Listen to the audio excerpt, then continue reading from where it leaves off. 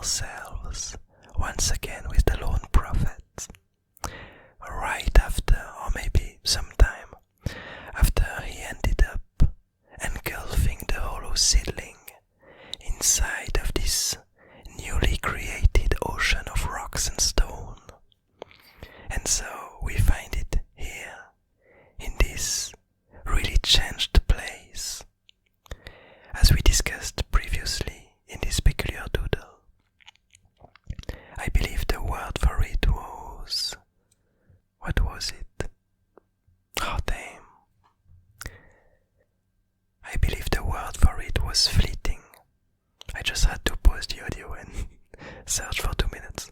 So, in this previous doodle, what we discussed is this idea that as the lone prophet wanted to somehow recreate the environment that it knew in its childhood, that was subsequently engulfed by the desert as the desert spread on its lands, and the other people of its species kind of followed along and disappeared, went to see greener places.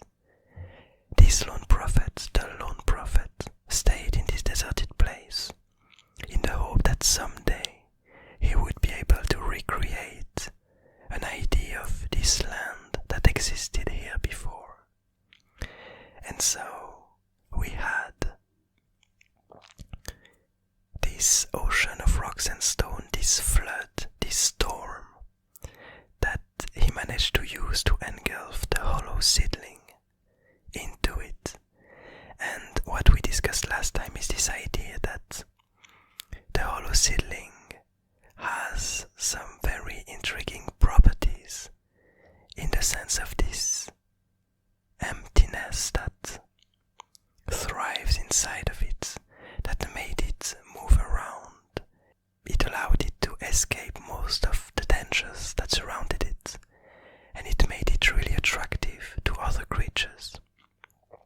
And now that it somehow merged with this ocean of rocks and stone, with this liquid made out of solid material, we see that the ocean turned into different islands and different places, some parts of it empty, some parts of it filled with this solid material, and they seem to somehow interact with each other.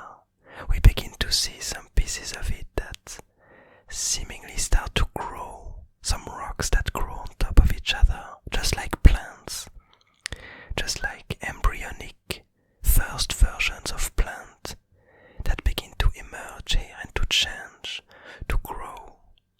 We see different structures kind of coming together, getting spread out of each other.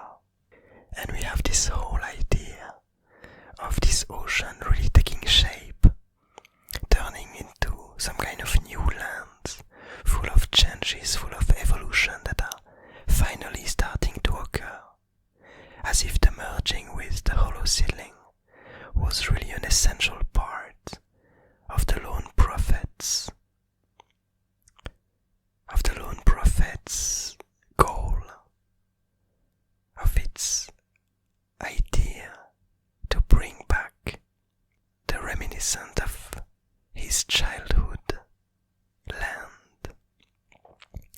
And so what we see here is, first of all, that now we saw in the last few doodles, we saw that there was always some kind of wind, some kind of direction that the wind followed. But it does seem like now, if we look at this ball on top of which the lone prophet is, which was previously the top of the stick that the tired pilgrim gave it, we see that the different strings that are attached to it seemingly follow a lot of different directions, as if nowadays there are a lot of different winds and currents around it, way more life and not just one specific direction that would have been pushed by the lone prophet, but rather a lot of different pathways that emerges. NPC that actually will only appear in the video really near the end, because I really thought about it at the end, is the different triangles that were part of the stick and that previously protected the lone prophet from its surroundings, that are now wandering around, almost seeking information for the lone prophet, observing the changes that are around, analyzing this ocean of rocks and stone and its slow evolution, the different changes that occur. And I have to say that it's been on the making for already a few doodles, that we kind of had this hint that the lone prophet wanted to create this thing, this new land, this new material that would allow for a lot of changes and life to emerge. But it did take a while to actually start to look like something that came to life.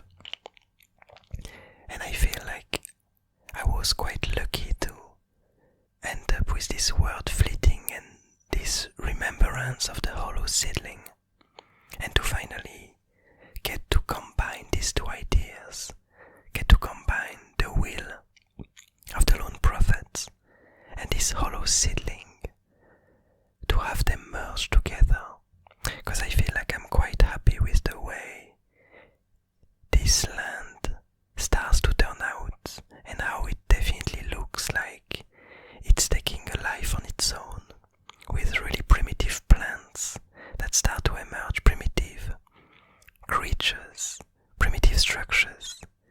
And I can really imagine the lone prophet here, now simply observing, analyzing what's happening around, and starting to feel really hopeful of what's to come. And we can imagine that in the future he's probably gonna try to push the evolution and the changes of this place into something that looks more like the places he used to live in, because we still have no idea as to how it used to look like, because it's the only one of its species that we know of. We don't even know if the others ended up surviving while being followed by the desert, or if he might be the last one of them. And yeah, I'm really enjoying this part of the Abyss Garden and how it's getting transformed by this character. And I'm quite looking forward to see its evolution over time, and to see what these different pieces turn out to become. But in the meantime, I hope you're enjoying this doodle too, and this character especially. I hope you're having a nice day, a nice evening, a nice morning, and I'll see you tomorrow.